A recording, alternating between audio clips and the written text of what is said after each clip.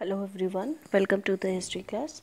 In this video, I'll be continuing with the fourth theme of class 11th history, that is the Central Islamic lands. Student, I'll be discussing about the Islamic economy, agriculture, urbanization and commerce. So let's start the topic. Agriculture was the principal occupation of the people. The state owners collected taxes on behalf of the state during the Sasanian as well as Islamic period in the areas that had moved from a pastoral to a settled agricultural system, and land was a common property of the village. The state had overall control of agricultural lands, deriving the bulk of its income from the land revenue. Once the conquest was over, the lands conquered by the Arabs that remained in the hands of the owners were subject to a tax called haraj, which varied from half to a fifth of the produce according to the condition of cultivation. So, few points that you need to keep in mind. First of all, agriculture was the prime activity of the people. Land was the common property of the village. Tax was collected from the land, and it depends on the production of the land. The most common tax that was collected was kharaj.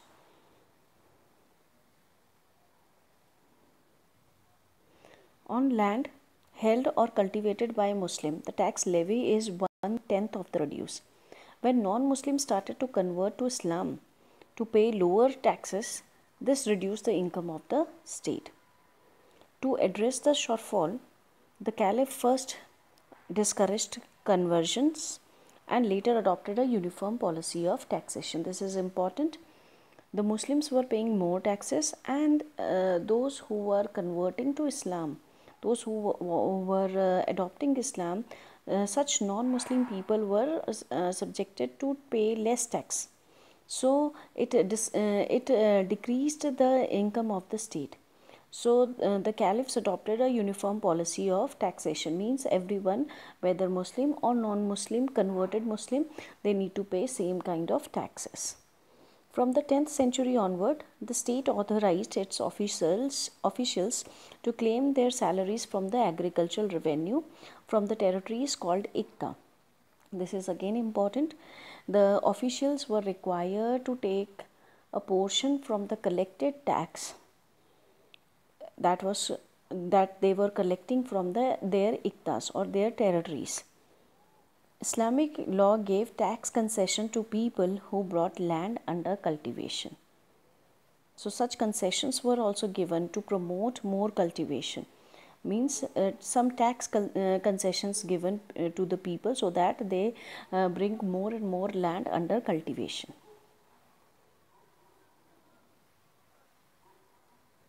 Now, talking about the urbanization, Islamic civilization flourished as the number of cities grew phenomenally. Many new cities were founded mainly to settle Arab soldiers. So the most of the cities that formed during the expansion of Islam was basically the garrison towns where the soldiers were having their residential quarters. Among this class of garrison cities in Misr is the modern day Egypt, were Kufa and Basra in Iraq, and Fustat and Cairo in Egypt. So these were some important garrison cities that formed during this time. Within half a century of its establishment, the capital of Abbasid Caliphate, the population of Baghdad had reached around 1 million. Alongside the cities were older towns such as Damascus, Isfahan, and Samarkand, which received a new lease of life as was connected with the network developed linking one town with another and forming a circuit. So when the new cities developed, it gave a new lease of life to the older ones because now the cities and the towns were well connected in the network and it formed a circuit. At the heart of the city were the two buildings complexes radiating cultural and economic power. Means most of the buildings that were important were placed around these complexes and most of the economic activities were performed there. So the first building was the Congregational Mosque or Masjid al-Jami, big enough to be seen from a distance, and central marketplace. The second building complex was of marketplace. The cities were homes to administrators, scholars, and merchants who lived closer to the center, while the ordinary citizens and soldiers had their living quarters in the outer circle, each fitted with its own mosque, church, and synagogue. Don't forget that basically this was the region. When we talk about the Persian Peninsula, it is a region, a homeland of three important religions: Christianity, Jews, and the Islam. So the population of this region was of a mixed type, and ordinary people were having their mosque, church, and synagogue or a Jewish temple, the religious buildings, separate religious buildings. Subsidiary market and public bath are important meeting place. Beyond the city were inns for people to rest, where the city gates were shut, and cemeteries.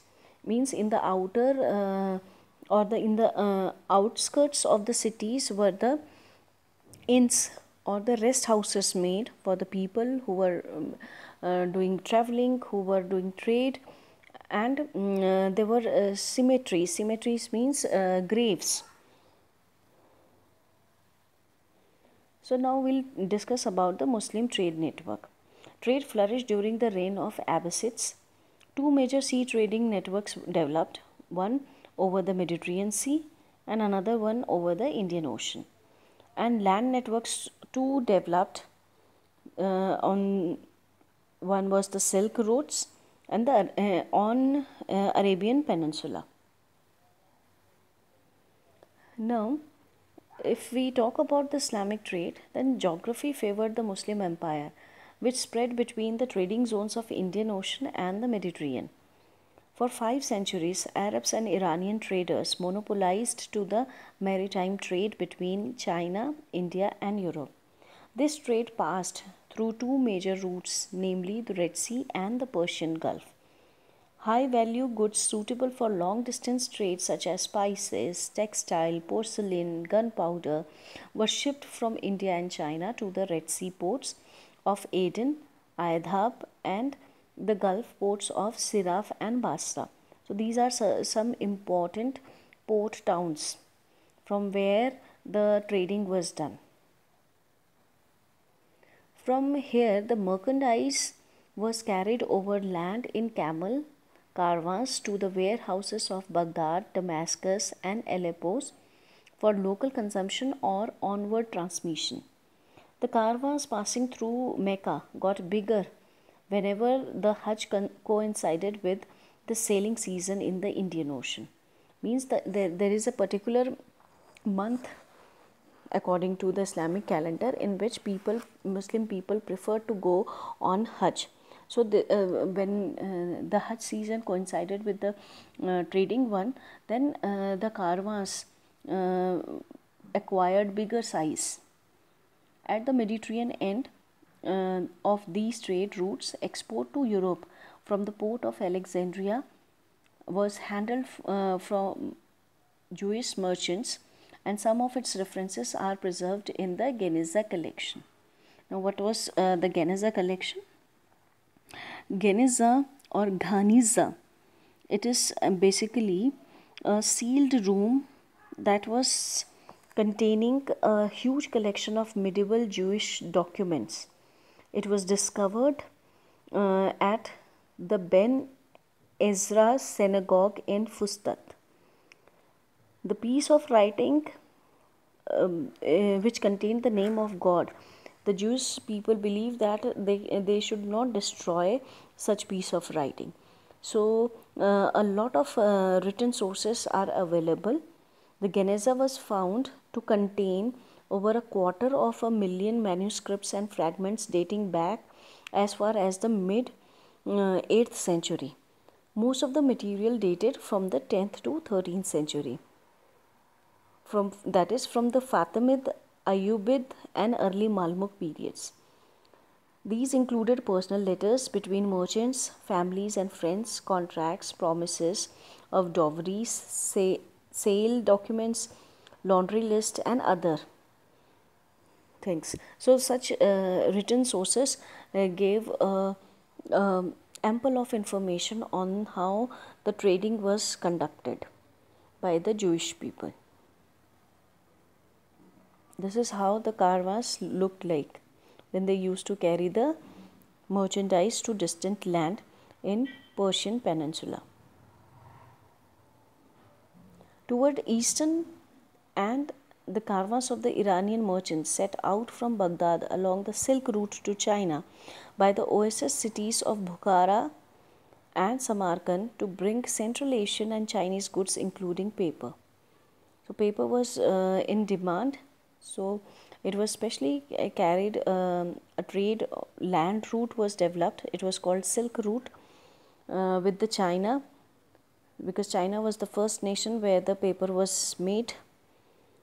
Transoxiana also formed an important link in the commercial network, which extended north to Russia and Scandinavia for the exchange of Europe in goods, mainly fur and Slavic captives. So these were the commodities that was exchanged. Islamic coins used for the payment of these goods were found in hoards discovered along the Volga River and in the Baltic region. The presence of these things shows that how vast was their trade network, spread to 3 different continents: Asia, Europe and Africa. See, in this map you can see the different trade routes. I'll show you.